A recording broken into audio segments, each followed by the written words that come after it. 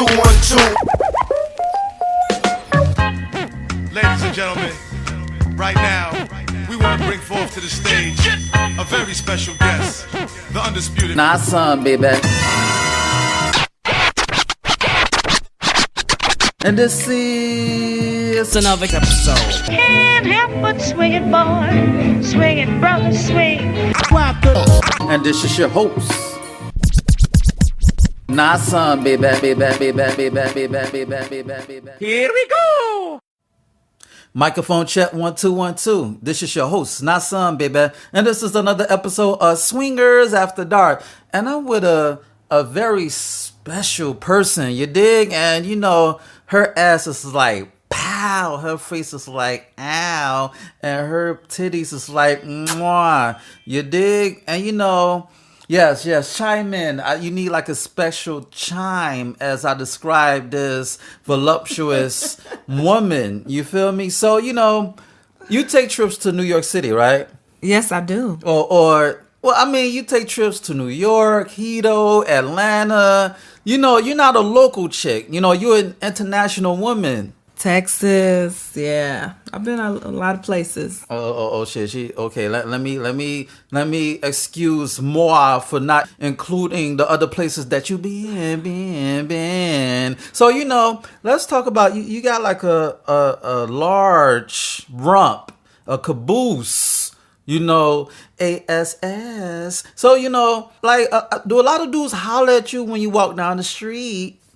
Do you cause accidents because your ass is like two basketballs? Listen, I was just going in the house the other day, and this man stopped in front of my house. I think he was an old crackhead or something. He jumped out of his car. He said I had to circle the block twice.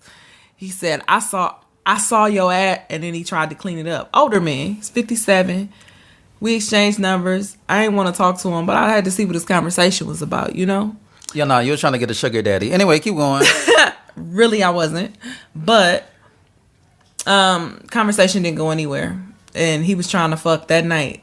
Really? I'm that easy? How you know he was trying to fuck? Because he said, can I come see you tonight? What's wrong with that? YOLO. You only live once. I know what it means. What's your point? You have to give him that nookie. What's Not wrong with at that? You have all. to give granddad. Oh, you didn't want to kill him because you thought he was going to get a heart attack trying to handle all that ass. No, but you can't come out straight like that. You gotta do a little investment. You know what I'm saying? That's true because a lot when shit comes easy, we take it for granted. You know, it's like cognitive dissonance. You know, we want it, but we want to put a little bit of game to it. We want a challenge, you dig? Exactly. So, you know, do you get like a lot of comments and stares from men and women alike? Oh, yeah.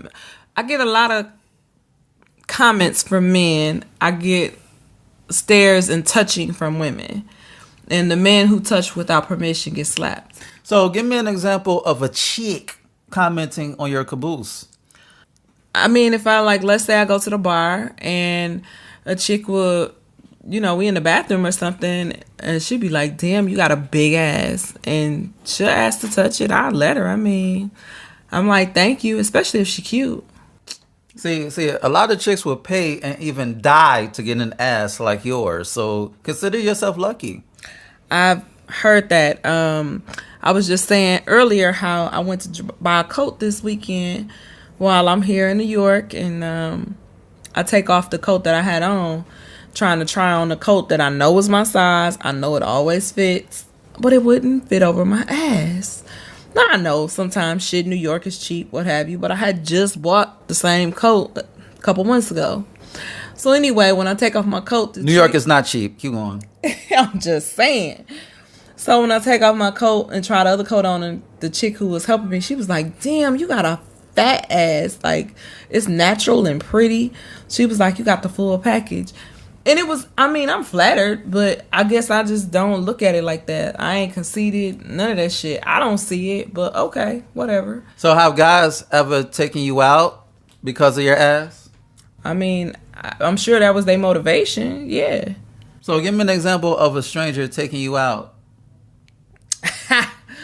So here in New York, I met this dude. I was coming off 125th Street, And I was on my way to go shopping. Like, I like to be alone when I shop, in my thoughts. Here come this motherfucker following me up the stairs. I purposely walked up to the last set of stairs so I wouldn't have to be bothered with nobody. Here he come. So he follows me outside. We talking. He tells me his name. He seemed like he a friendly dude. He was like, can I buy you something to drink? And I'm thinking, all right. So we just walk up to McDonald's. Wait. What is a friendly dude? Tell me. How does he seem to be a friendly dude? Break it down for me. Motherfucker ain't crazy. He don't display no sign of crazy. So he had good countenance, meaning that his facial expression or his vibe, his spirit. There you go. The vibe, spirit, energy. I was in tune with it. It wasn't a bullshit energy, something that, somebody masking just so they can get you alone and chop your ass up into little bitty pieces. No. So, we had coffee. He said, hey, I live around here. I'm like, okay. I told him I'm going to the store. He said, well, I'm going to run this package home and I'm going to come back to you.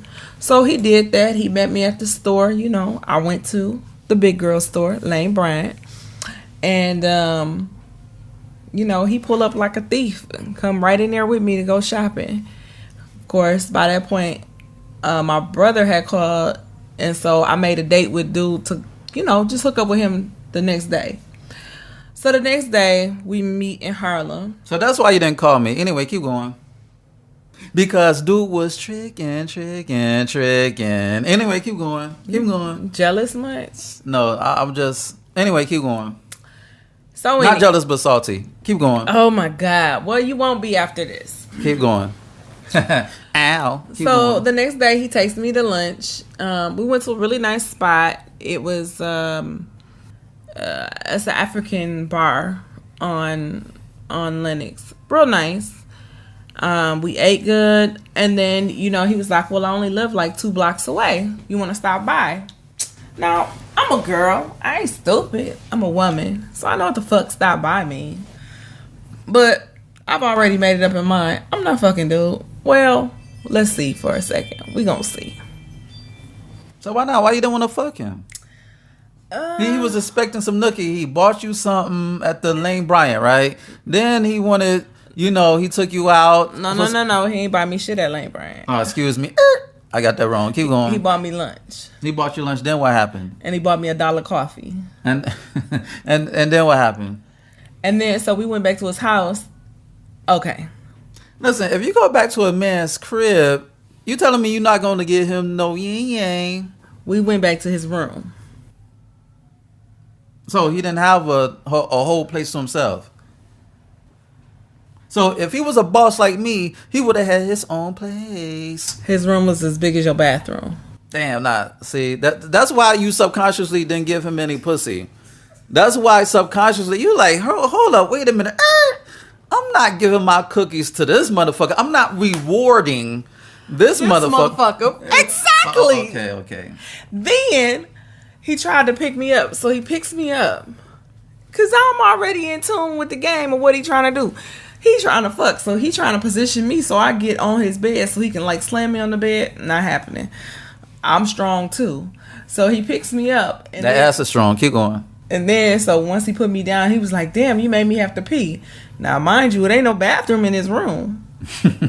So he pulls out a bucket and pisses in the bucket. Wait. He lived in a hotel or something? No. This is in Harlem.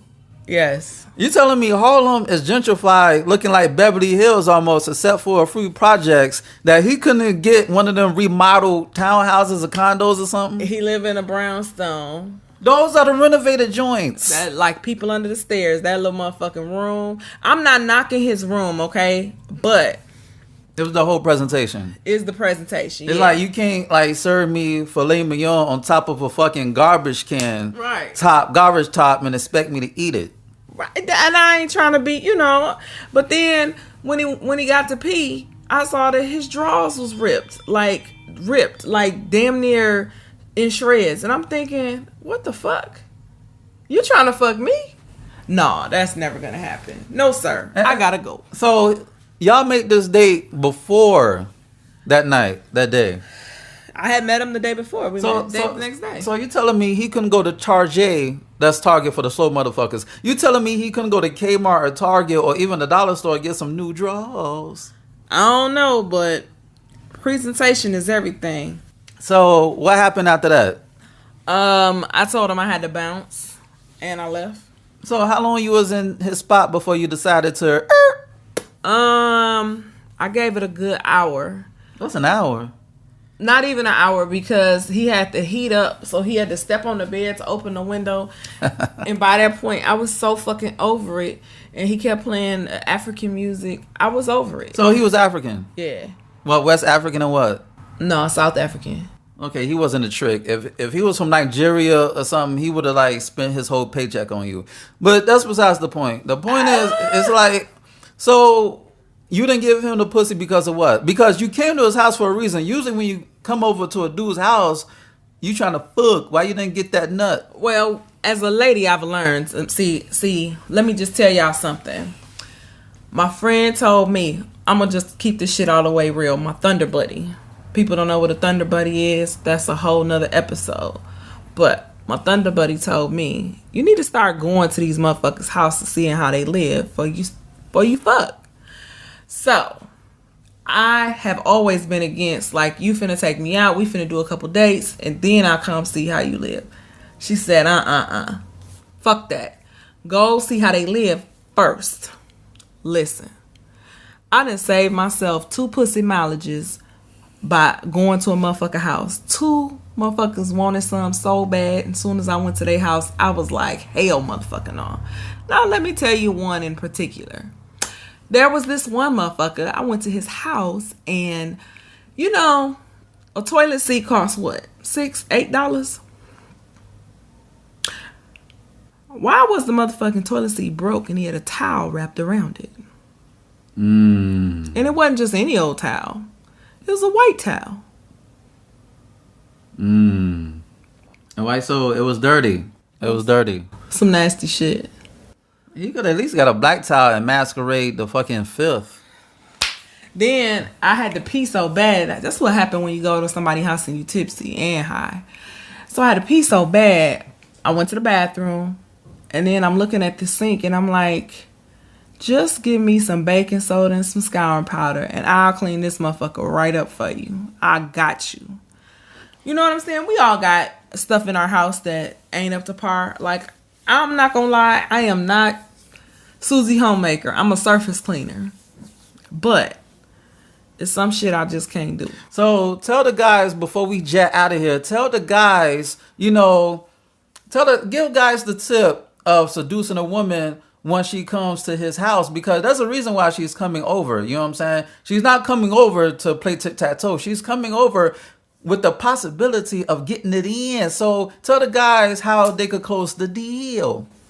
Well, number one way to close the deal is make sure that your house smells fresh. Light some candles, spray some air freshener, light some incense, whatever you got to do. And then here's a little tip.